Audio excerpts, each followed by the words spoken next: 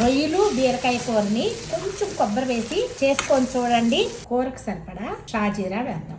ఒక ఉల్లిపాయని వేసేయండి. బ్రౌన్ కలర్ వచ్చే వరకు వేయించడం. ముక్కల్లో కారం, ఉప్పు, మెంతి పసుపు వేసి కొత్తగా పిసకాలి. టేస్ట్ బాగుంటది. మసులుతో నీళ్లలో ఉప్పు, పసుపు, రొయ్యలను కూడా వేసేయండి. ఇలా పొంగు రావాలి. స్టవ్ ఆఫ్ చేసి పోసేయండి.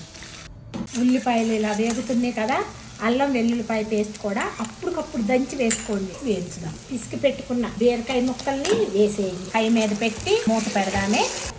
ఇలా పిసికాం కదా, బీరకాయ ముక్కలు తొందరగానే మగ్గిపోతాయి. పచ్చిమిరపకాయలు, కరివేపాకు వేసి తిప్పి రొయ్యల్ని ఉప్పు వేసి ఇలా ఉంచేసి మూత పెట్టి సిమ్ మీద పెట్ట 5 నిమిషాలు దాము. ఒకసారి తిప్పుదాం. ఈ ఆల్ పర్పస్ మసాలా వేసేయండి. కొత్తిమీర వేసేయండి. పచ్చి కొబ్బరి టేస్ట్ చాలా బాగుంటది. ఇలా వేసుకొని చూడండి. వేసి ఉప్పు కారాలు చూసుకొని దించేసేయండి.